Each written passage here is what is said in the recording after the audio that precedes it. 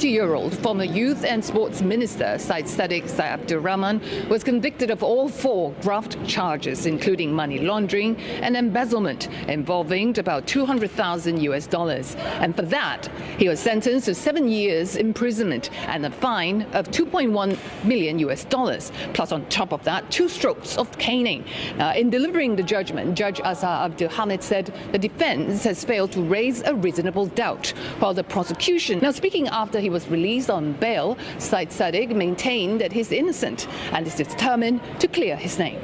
Where I believe in order to make Malaysia a great country is about building strong institutions which outlast personalities and partisanship. But in order to be that group of leaders, you have to be whiter than white. And until I clear my name in the court of law,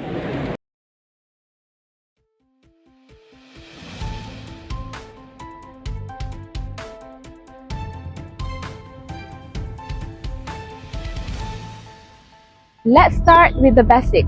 What exactly is public procurement? Simply put, it's the process by which governments and public sector organizations acquire goods, services and works. From infrastructure projects to everyday necessities, public procurement touches various aspects of our communities. Public procurement is a vital process in any democratic society. It allows governments to acquire goods and services to serve the public interest. Public procurement is not just a transaction, it's a commitment to the well-being of communities. It's the careful orchestration of acquiring goods, services, and works to meet the needs of the public. From the construction of essential infrastructure to the provision of services that touch our daily lives, public procurement is the engine that propels progress. Baik, sebenarnya Kementerian mengambil maklumlah tentang report ataupun laporan PAC ni, dan ini bukan kali pertama, ya. Jadi kita menerima baik apa yang dinyatakan oleh PAC itu. Dari pihak KKM kita telah pun memberi kerjasama sepenuhnya dalam memberi jawapan dan apa-apa saja maklumat yang diperlukan oleh PAC. Jadi segala sure yang diberikan oleh PAC juga kita mengambil maklum, dan kita akan mengambil tindakan yang sewajarnya untuk penambahbaikan di masa hadapan, khususnya terhadap proses-proses perolehan ataupun procurement. As we venture into the world of tenders, we must acknowledge the shadows that sometimes cloud the process. Bias and favoritism can rear their heads, threatening the very principles of fairness and equality that should define public procurement. Bias and favoritism in public procurement are serious problems. They can lead to a range of consequences that threaten the very foundation of transparency, fairness, and efficiency. First, they can lead to corruption, where those with influence or connections secure lucrative contracts unfairly, often at the expense of taxpayers. Corruption not only wastes public funds, but undermines trust in government institutions. Second, bias and favoritism can lead to efficiency. When contracts are awarded not based on merit but on personal connections, the public may receive subpar services or products. This efficiency can hinder the government's ability to fulfill its mission and obligations effectively.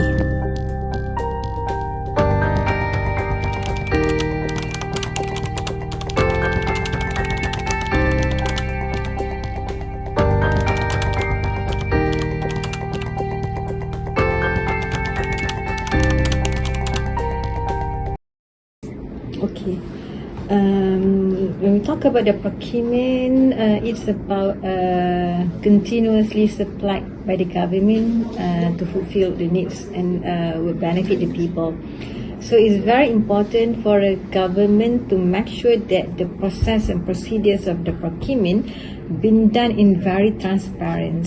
Okay, so when the Prime Minister Minister of Finance stated that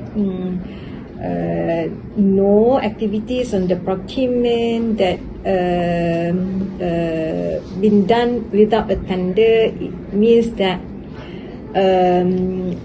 he realized the activities of procurement should be done in very proper manner. Why he said that? the procurement activities have been done without a tender, because tender in a method of procurement, tender involve a process that incurred the higher costs, okay, which the process of purchasing or supplying, the cost is more than 500,000.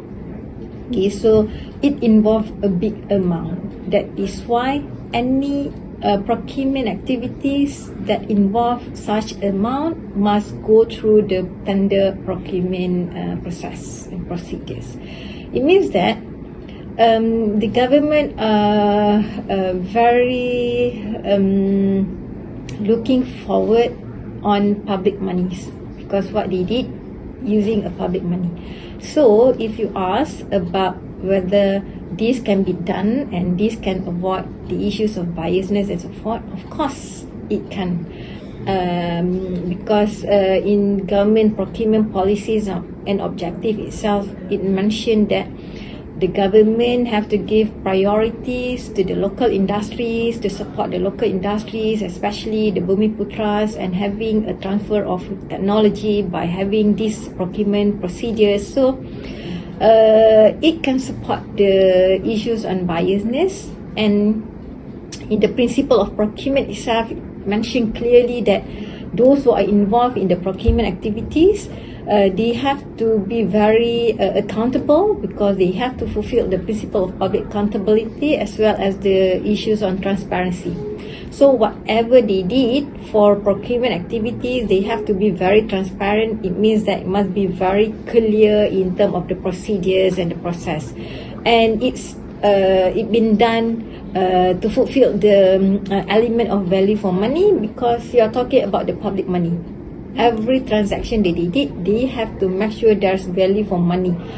So that is why the Prime Minister had warned no one in the family members will get involved in the procurement activities. So if you talk about the issues on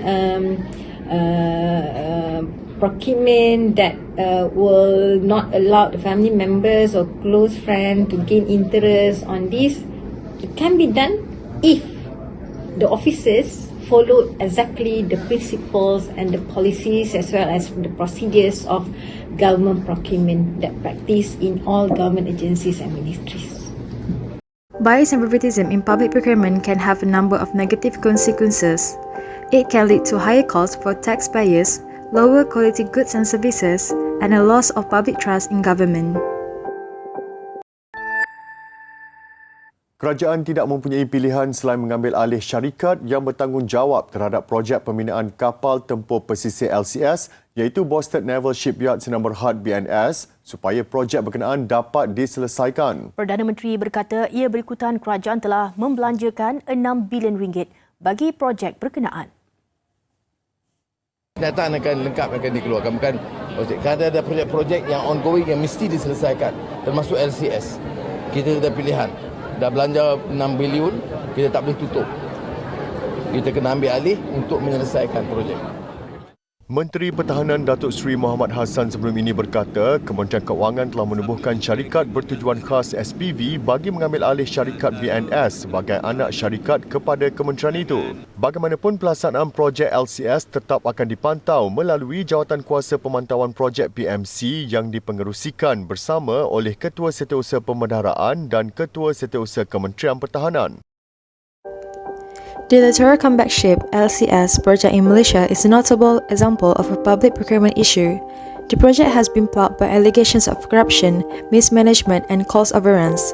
As a result, only one of the 6 ships that were originally planned has been completed, and the project is now expected to cost more than double the original estimate. In 2011, BNSC, a company with no prior shipbuilding experience, was awarded the contract to build 6 LCS ships. This decision, bypassing established and experienced shipbuilders, ignited immediate suspicion. Concerns arose about political influence and potential favoritism, casting a shadow over the transparency of the selection process. The lack of transparency surrounding the LCS project has further fueled public anger. The government's reluctance to release detailed information about finance, procurement decisions, and technical specification has created an atmosphere of suspicion and distrust. Recent investigations have uncovered irregularities and potential wrongdoing within the project, leading to charge against individuals within BNSC and government agencies. While the investigations are ongoing and no definitive conclusions have been reached, they raise further questions about the integrity of the procurement process and potential instance of bias and favoritism. Public scrutiny and calls for reform are at an all-time high. Malaysians demand transparency, accountability, and a complete overhaul of the public procurement system. These calls highlight the urgent need to address concerns about bias and favoritism, ensuring public funds are used efficiently and effectively, and that the procurement process serves the best interests of the nation. It is essential to discuss how we can combat bias and favoritism in public procurement.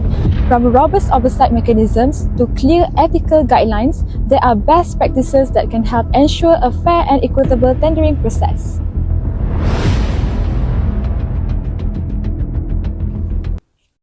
There are a number of things that governments can do to detect and prevent bias and favoritism in public procurement. For example, they can implement transparent and competitive procurement processes. They can also train procurement officials on how to identify and avoid bias.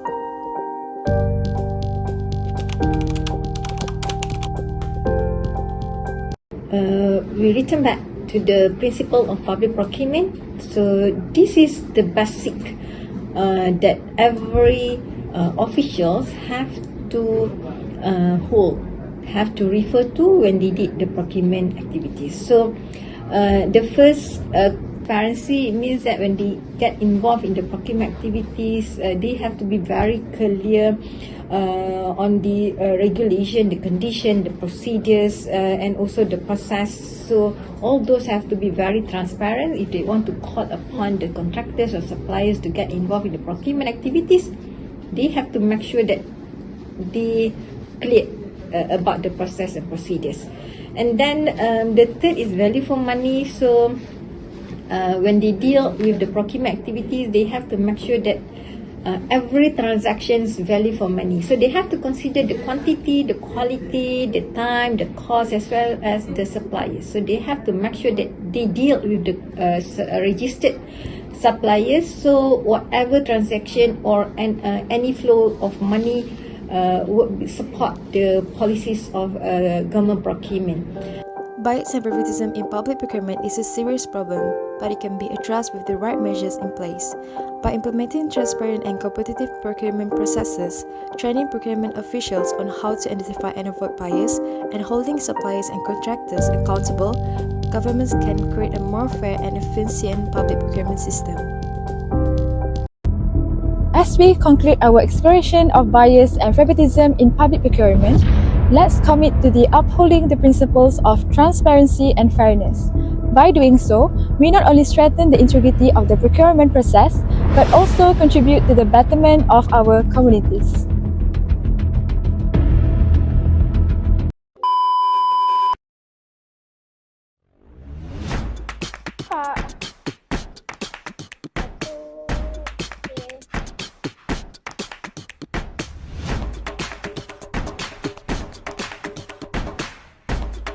Assalamualaikum. Sekarang kita dalam penggambaran